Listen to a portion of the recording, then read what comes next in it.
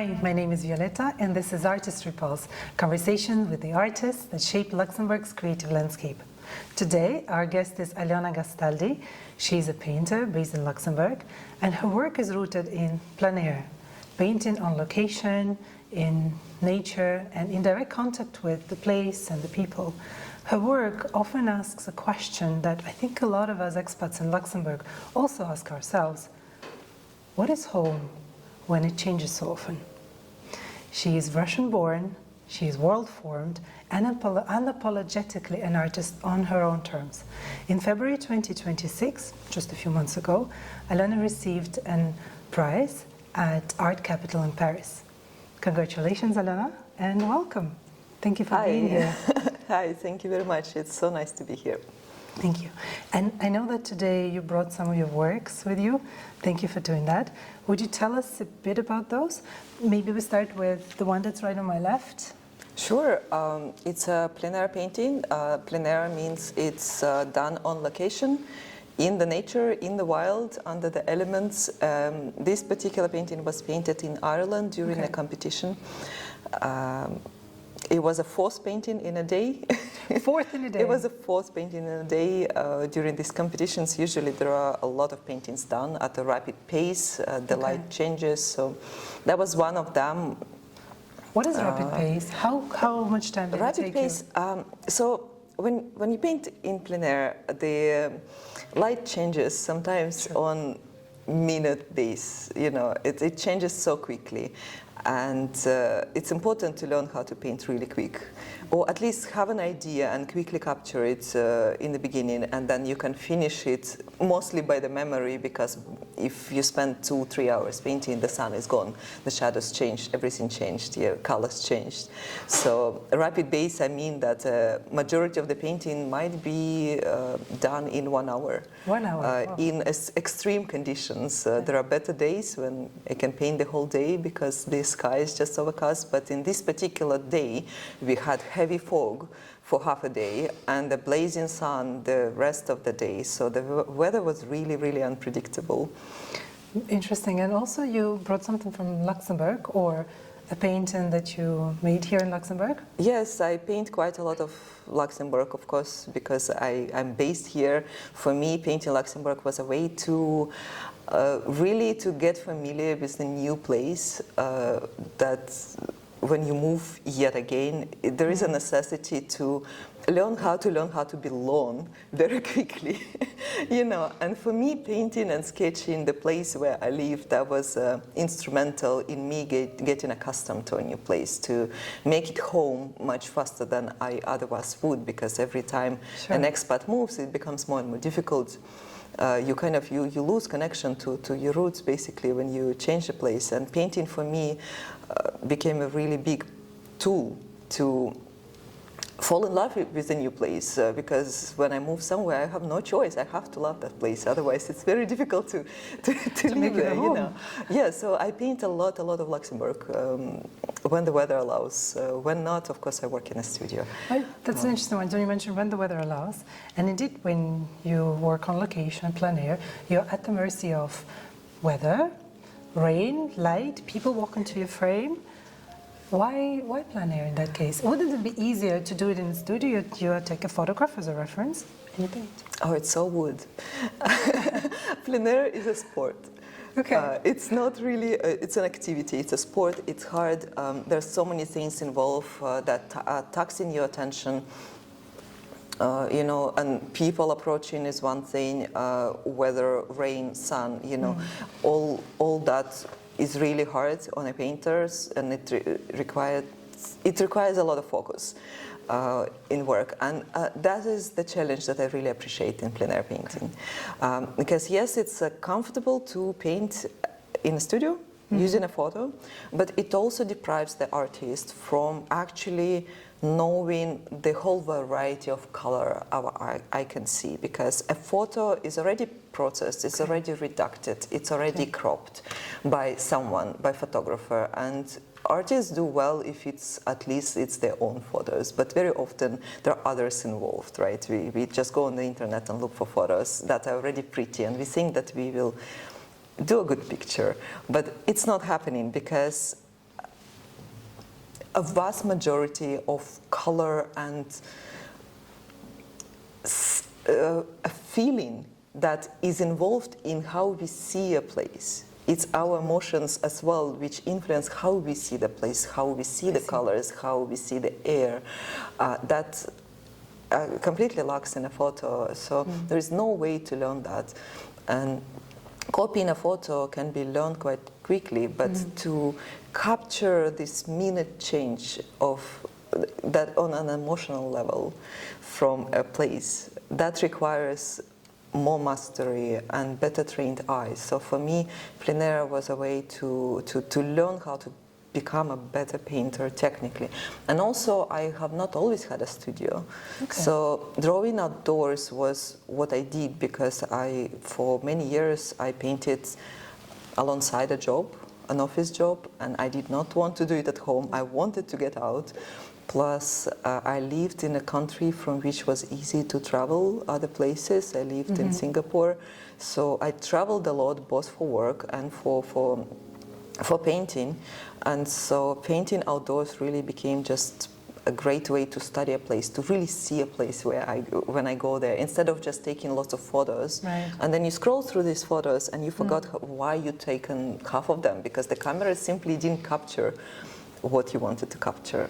So sketching and painting for me became that way to capture the essence of what I saw, but also to remember what I saw, because you really spend some minutes or hours with a view, right? And that ingrains in your memory, because it also surrounded by the feelings, by the weather, by the sensations, and that roots that in your memory. And I think in our fast-paced life, with so much information going on, cutting off what's not necessary and spending time with just one thing for an hour, it's so invaluable. So for me, it was also kind of a tool for that, to remember what I've been doing, you know. That's true, and it's actually interesting when you mentioned capturing the essence. I know that you have this concept that I find fascinating. I think you call it indirect portraits, right? So that's painting objects that people leave behind rather than people themselves. Yeah. So say a coat on a hanger or half-empty cup. Why?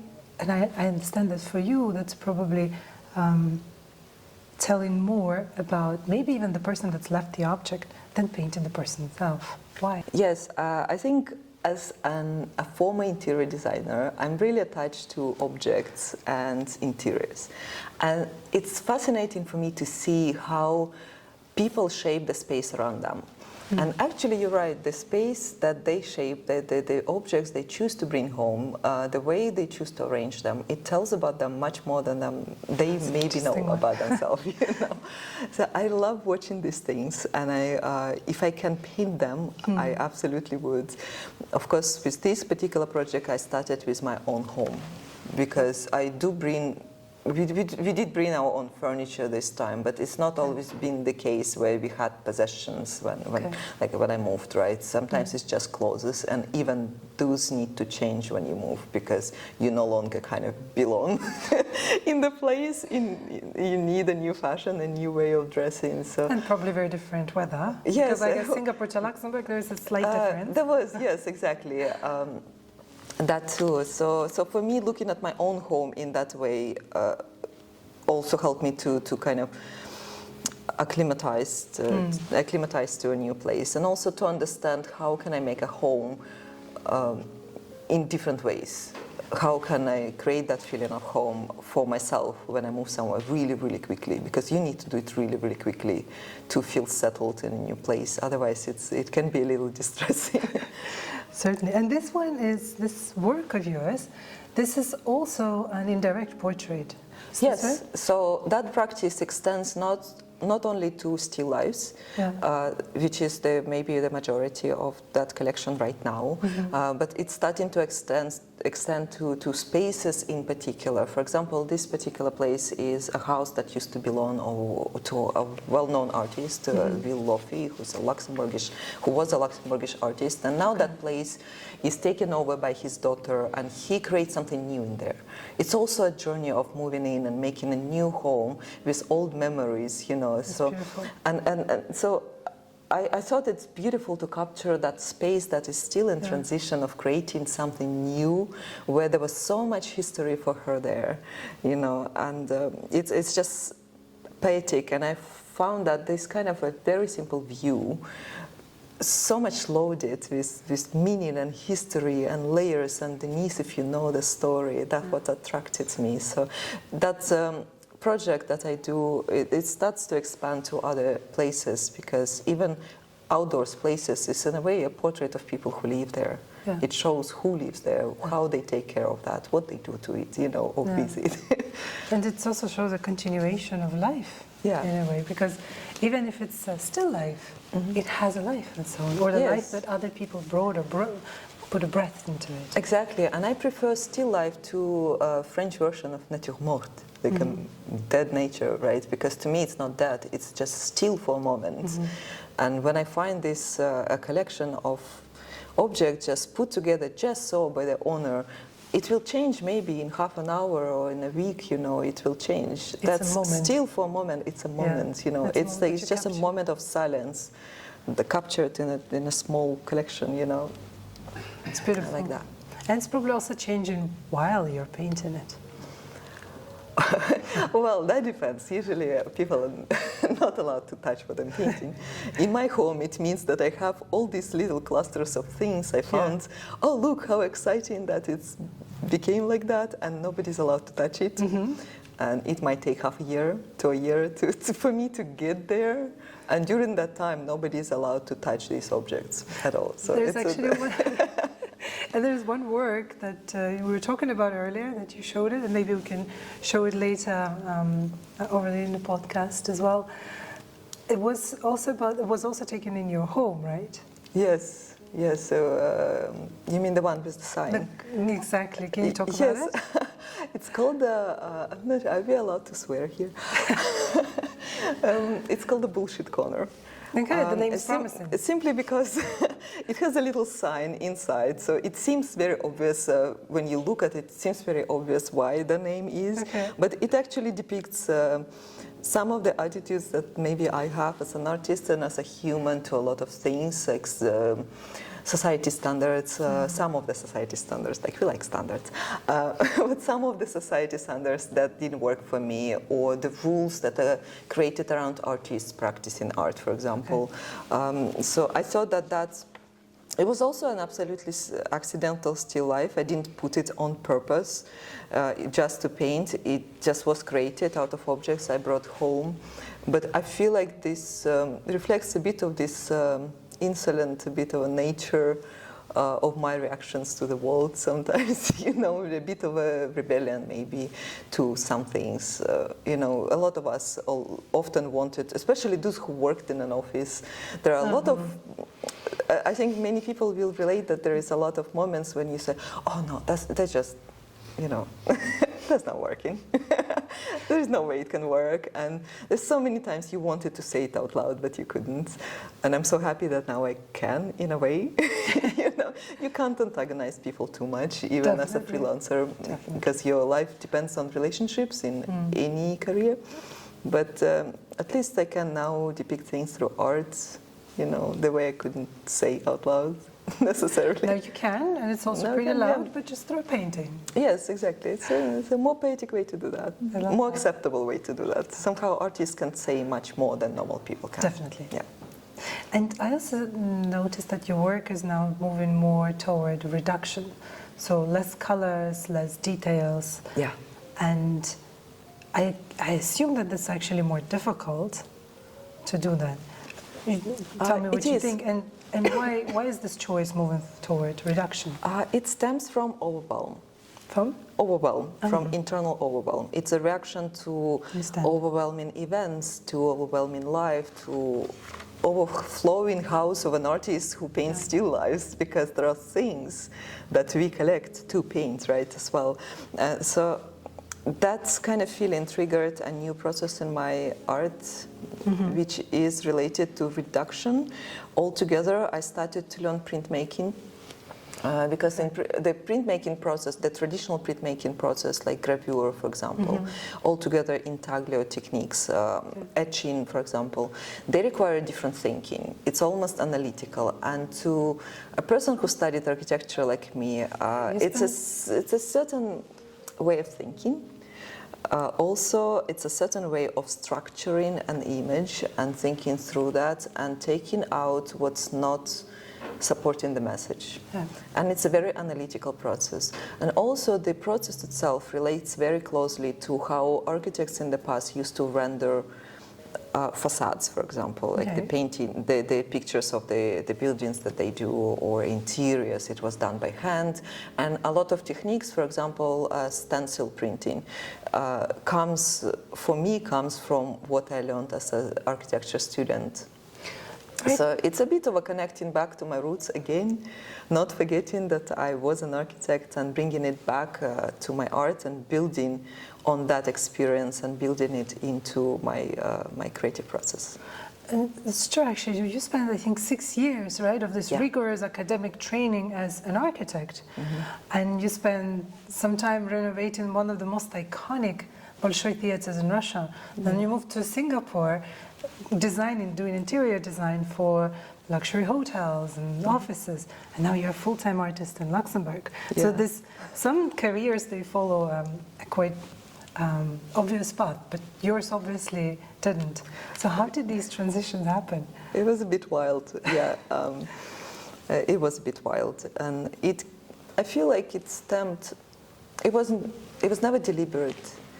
It was never me thinking, oh, now I'm going to go to interior design, you know, I'm done here, I tried here, I want to do something else. It never happened like that, including becoming an artist. It was not really by choice. Yeah, I don't think that, I'm not saying I wasn't ready.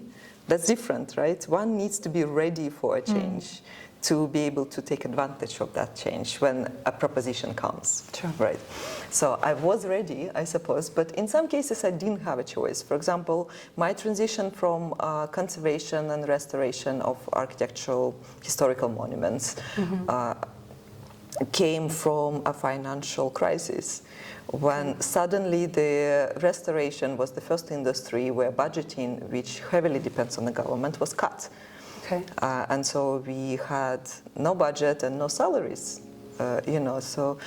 But the next industry that was doing quite well was interior design, for example, because the people who used the services of interior designers found their businesses slowing, but they had time to take care of the houses finally. So a lot of them, it happened a lot in pandemic as well. Lots of hotels, lots of offices used that time to reimagine the spaces while the people were not there. So in crises, people did the same with the interiors. So interior design had a lot of work. So I found a job in interior design, which was a little similar to restoration in a way that I could draw, and I did like plaster molding. So it was like the interior details were very similar, and I had experience with them. And then I was offered to go to study in London, and I was just lucky that I was ready, because by that time I was learning English just out of curiosity, because I wanted to read books in the regional language, the books I liked. I didn't want to read them in translation. I wanted to read them in English. And when I was offered to go to study for a year in London, I could accept that offer. And that study changed what I wanted to do again. I no longer wanted to do private interiors because they were not interesting. They were the interiors I did before were very traditional. Traditional in terms of, for example, there was one house that looked like a Gothic cathedral inside. Like it was very special, you know. It was very special. So after studying in London, I wanted to do contemporary design, and just so happened that I started with contemporary design, but then I was headhunted by a company who did. Who worked with real estate, with companies, so I switched to offices. The money was better, you know. I was impressed by how good an office could look like. Actually, I never knew that, you know. I always worked in some crappy places, you know. And suddenly I saw an amazing office with coffee machines and stuff, and I was impressed, so it became interesting to learn how to do that, and I worked with that. Then that job brought me to Singapore because my company in Moscow was freezing the business, and I was looking for a job. I was looking to move away from Moscow to maybe return to London, that I hoped I could do, but instead I found a job in Singapore. It's quite a change, because it's not just a change in what you do from restoration to interior design, but it's also a dramatic change in terms of culture, continent. Yes, and I was impulsive enough and restless enough and unattached enough to the place where I was to follow my curiosity, to say, you know, why not?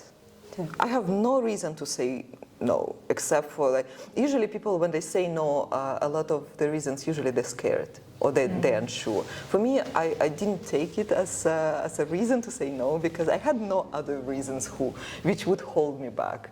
And when I moved to Singapore, I've never been in Asia before. I didn't know what to expect. Without having visited the place before? No, I just moved. Amazing. I just trusted, that seems like I'm going to work in Asia because that's where job offers are starting to come from. I'm going to go, and I went, and it worked out. I find myself a lucky person. I believe myself a lucky person, and maybe because I believe I am lucky. It's also in a way. brave to take the opportunities, to first of all see them, recognize them. You can call it brave, or you can call it impulsive. I had some contingencies built in. For example, I knew as soon as my money on my bank account reaches a certain level, that's the time I go home. I return. And I did in Singapore, when I moved there, I did run out of all my savings on my first salary day. Oh, wow. It was full of so many coincidences like that, With me becoming an artist, again, it was life pushing me there, but I was ready. And that's the thing, I think it was in 22, right? 2022, when you decided to become a full-time artist. Yeah. So what was the trigger? The trigger was again life. Okay. It was again life. Again, I was prepared to try it. It was the third time I tried to become an artist. So I knew what it entails. I knew where I made mistakes previously. So when I had to quit my job, because we learned that we're going to move to Luxembourg, I had to quit my job. Okay. It's always a woman that makes a decision like that. Very often it's a woman, not always. I know plenty of men who are Australian spouses or who became Australian spouses. I made that choice that I need to become one if we want to return to Europe. So I quit my job, but it so happened that the move took 2 years. So in 2 years, I was just waiting. I couldn't find a new job because we were told we would move anytime. And so to cope with this kind of uncertainty, I started to paint every day.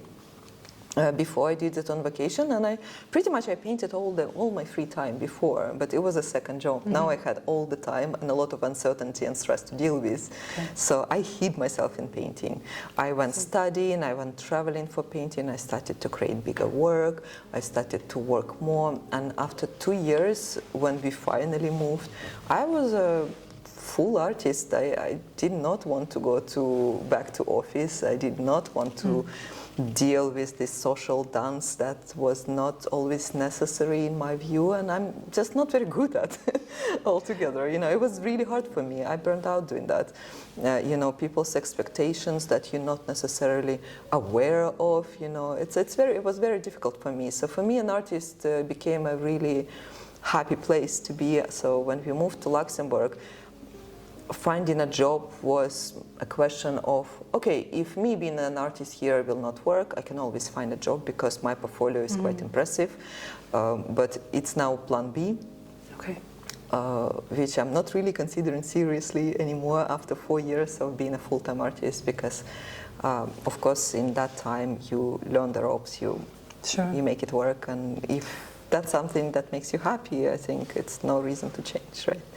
Definitely. And you mentioned something interesting. I think you said it's the third time that you've tried to become a full-time artist.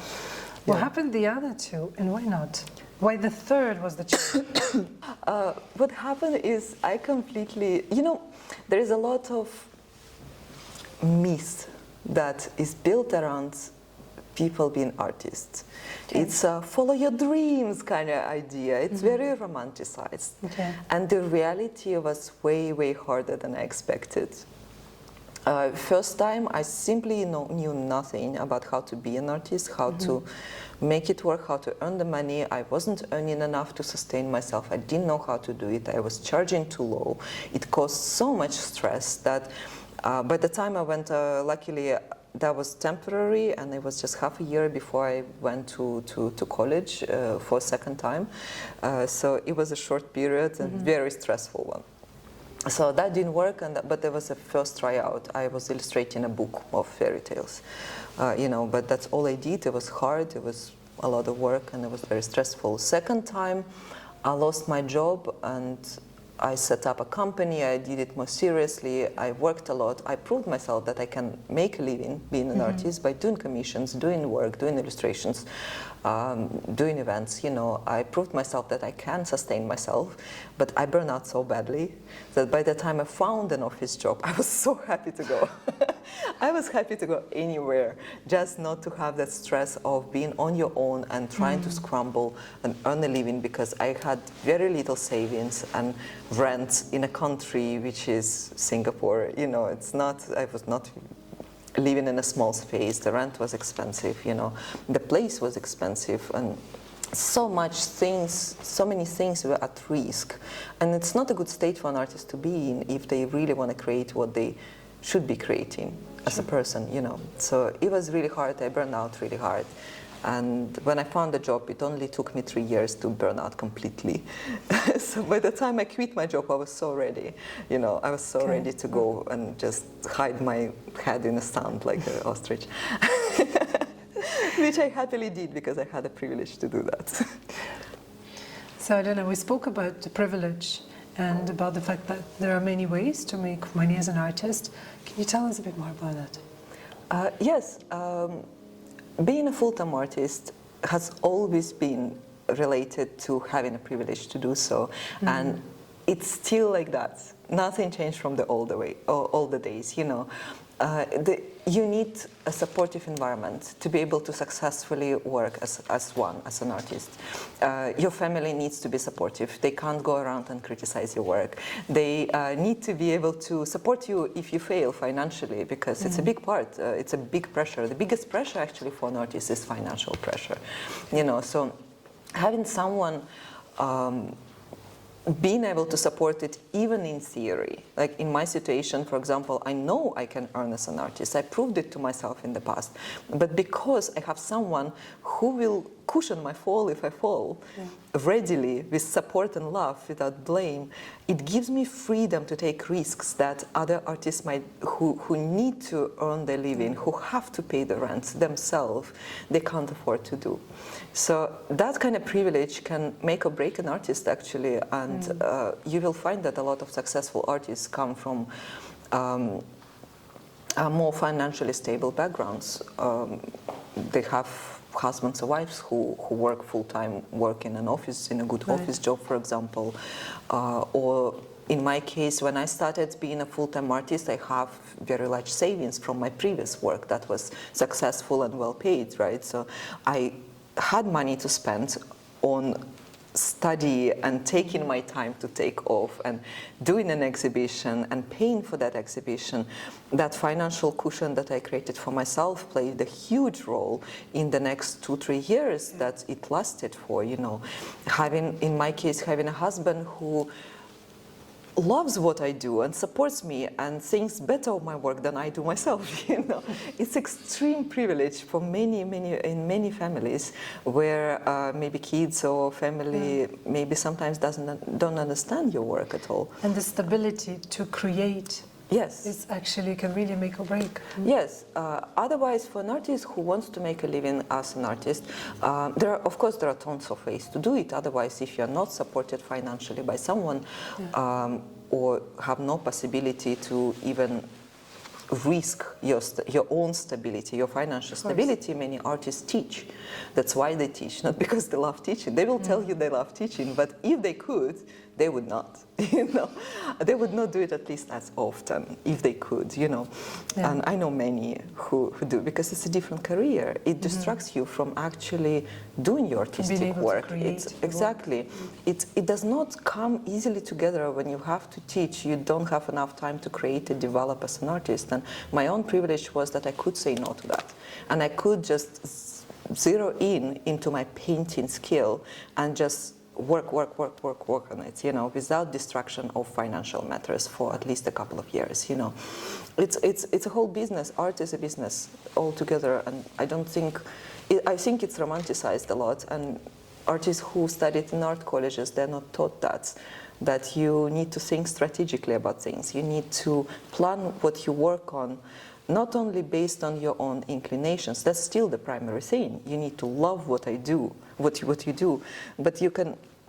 you need to strategize when you do it, where you go, who you talk to, what events you attend, friends you have, friends you don't have, which is important, not to have people around who are highly critical or who tell you cannot do something. That's highly poisonous, That is detrimental to your confidence and to your work. Exactly, because you might listen, What if you listen? Because it keeps in your mind when somebody says, oh, you're too this or that for that. Sure. I heard that, and I don't hang around these people who tell me I cannot do something, because in artistic way there is not one path to do that, Thank you, Alena.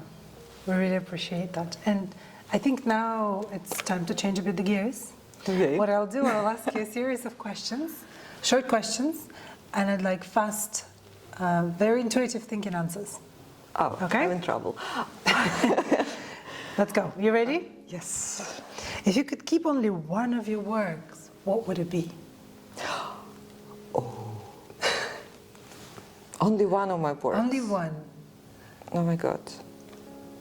I would keep my last one. Okay. And we can show it a bit later here as well. Is it one of these here? No. It's not yet. Okay. It's new work, and it may be not even related to what I do as a whole. But it's always the last work that is the best one, and because it leads me somewhere else. Is it a painting? Is it a print? It's a painting. It's a painting. Yeah. Okay. I think. Yeah. Can we ask what is it? What is the Of course. subject? Yeah, we can show. Okay. We can Thank show. you. Brushes or pencil? If I need to choose one, Yes. a pencil. Okay. Painting outdoors in the rain? Yes or no? With an Oh, umbrella. well, yeah, we've done that. Yes, you've done that? We've done that, yes.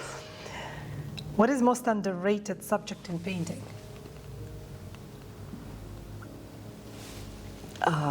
Non-pretty stuff.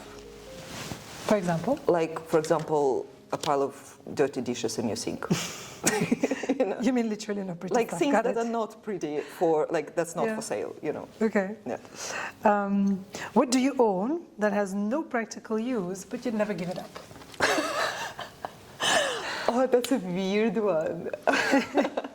Okay, I found that little sponge that when I picked it up just out of curiosity in the shop, Yeah. I couldn't put it back because it felt so nice. I think there are these little toys that they're made of rubber, and they have these little rubber spikes. Yes. For neurodivergent people, like fiddle toys for kids. And they're really weird to touch, but you can't let them go. I can't. So that sponge was like that. Nice. So How how long have you had this? Well, a couple of days. A couple of I'm never days. letting it. Okay. I'm not letting. It's the weirdest thing I ever bought, just because I couldn't put it back. I love but that. I already thought of a use in my art for it. Yeah. Okay, well, we're looking forward to seeing that. Yeah. Thanks for sharing. I had to justify the purchase, Of course. Yeah. Now, we also talked about rules and standards earlier. So, is there one rule that you were taught, but you've completely broken? I guess you can think of a Yes, few. not to use white and black in watercolor. Not to use white and black in watercolor. Yeah. Okay. I absolutely use everything. Okay. Yeah. And I paint directly from the tube too, like with oil, and I love it. And that's It's like rule you were taught not to do, Yeah. directly from the tube. Yeah, that watercolor is transparent. Doesn't have to be. Thank you. What do non-artists completely misunderstand about the creative process? Is there one thing?